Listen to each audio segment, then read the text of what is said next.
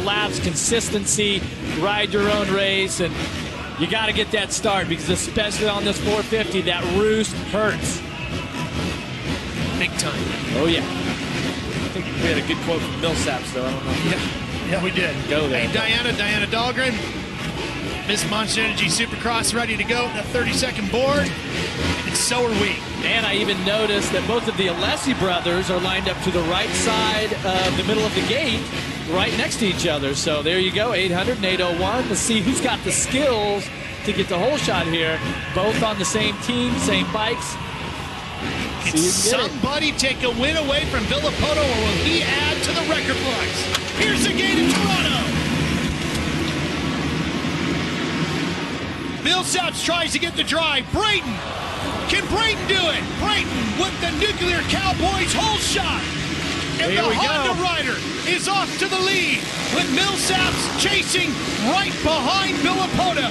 Arguably the three fastest riders of the night right up front.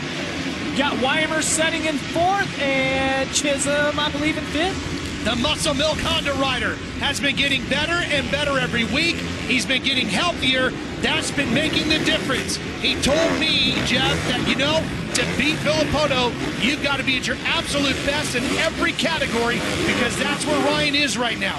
He just hasn't been there because of the injuries he's been rehabbing from. Well, he's got 20 laps here to put in to come past the finish line for the first time with the green flag. And you're talking about the champ and a rider that's trying to notch his first win, going at it. And that's how it was a week ago in Indianapolis.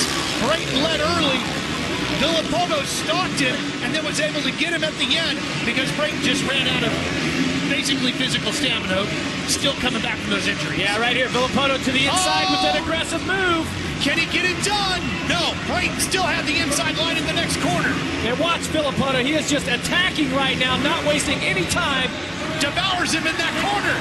Villopoto takes the lead away. Now, what can Brayton do? How far back has he come? Can he come after Villopoto and mount a challenge?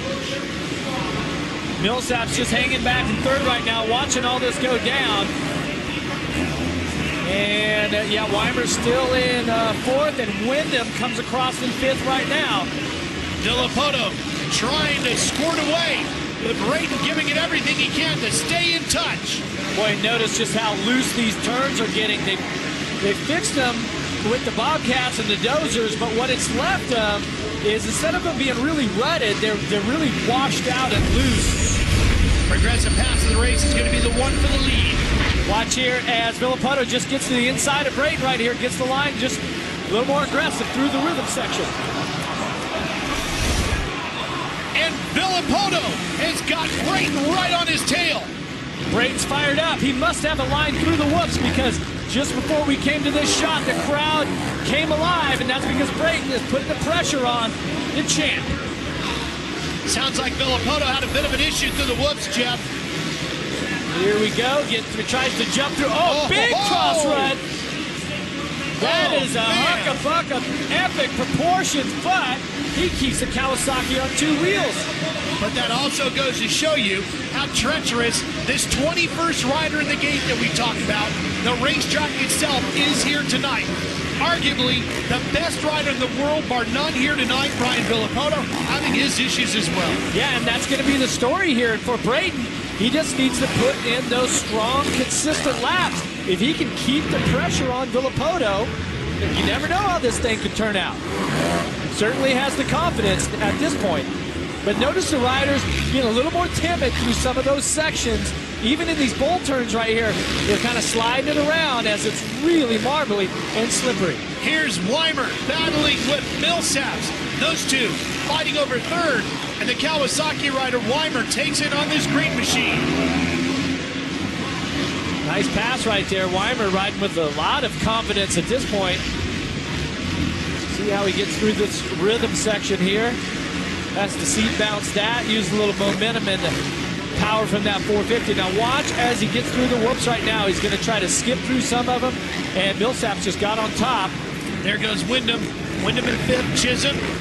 He's got sixth. Here comes Marvin Musquin and Metcalf on his Suzuki number 24. Musquin telling me earlier today this would be his last ride in the Supercross class on the 350 KTM. Going to go back to the West.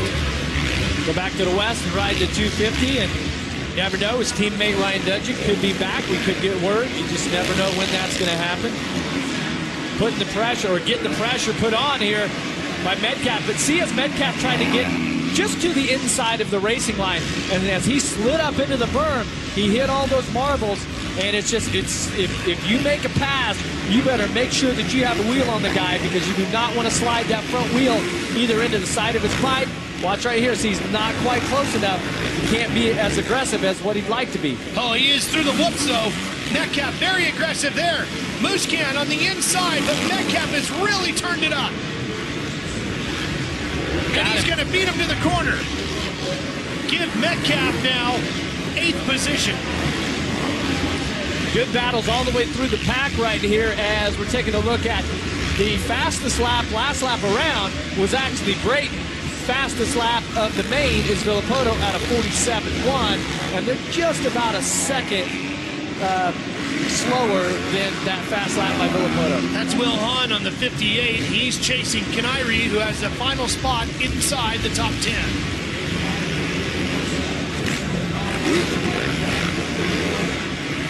Will Hahn just doing a little double-double through here.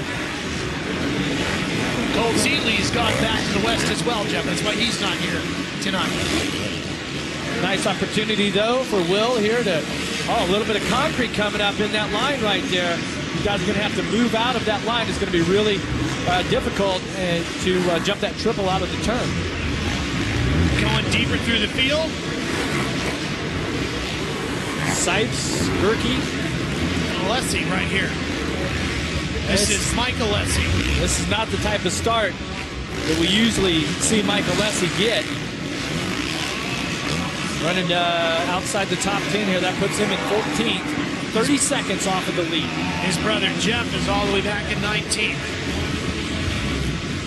These two riders battling it out over 13th position. Gerke just in front of him on the 87. Gerke on the BTO.